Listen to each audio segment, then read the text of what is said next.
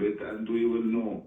And that brings us to say exactly that when we said that those captives are treated like hostages, like guests, not like hostages, it shows that directly when they bomb the houses of the people, there is a very big chance to kill some of those people, of those captives, because they are not in jails, they are not with war prisoners, I mean the army, they are just with normal people in their own house, in their houses.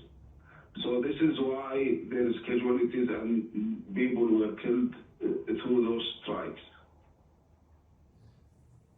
Not to underplay the massive loss of Palestinian civilian life that we are witnessing, but also I want you to tell me what this attack not only does to the Palestinian civilian life, what does it do to the prospects of a deal with Hamas to release more of the Israeli and foreign captives that you have? These repeated strikes on Jabalia and other civilian targets. Well, the strikes and the civilian targeted by the Israelis is not part of keeping those captives or the war prisoners. It's a process. In fact, it's a process done by the Israelis to make more pressure on the leadership of Hamas and on the militants in the field. And is it making a deal more or less likely?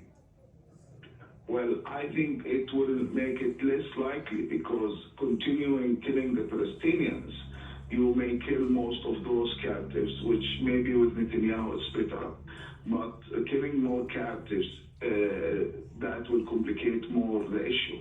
Killing the Palestinians is complicating the issue. And here I have to say that Netanyahu is not fighting the war of Israel, he's fighting his own war, because he knows well after this war he's going to jail.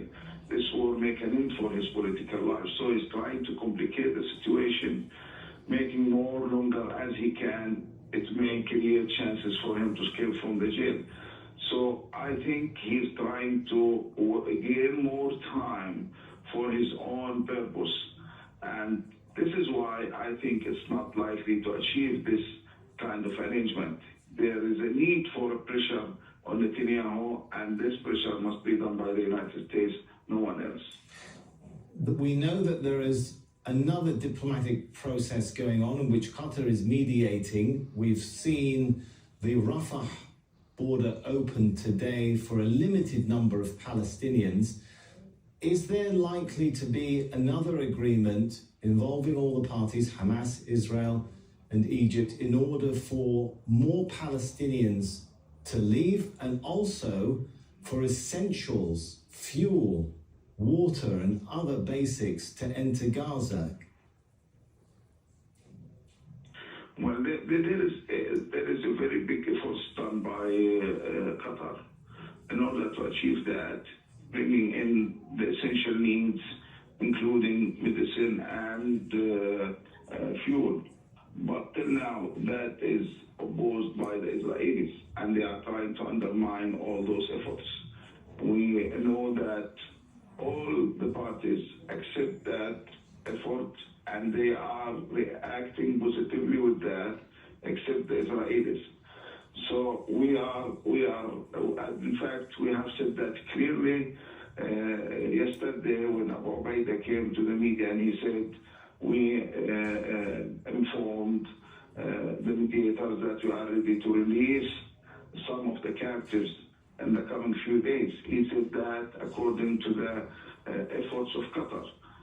But I'm still thinking or believing that the one who is undermining all those processes or trying to undermine the process is the Israeli side. Let me ask you, what will it take, from your perspective, what are Hamas's demands in order to release the captives you have?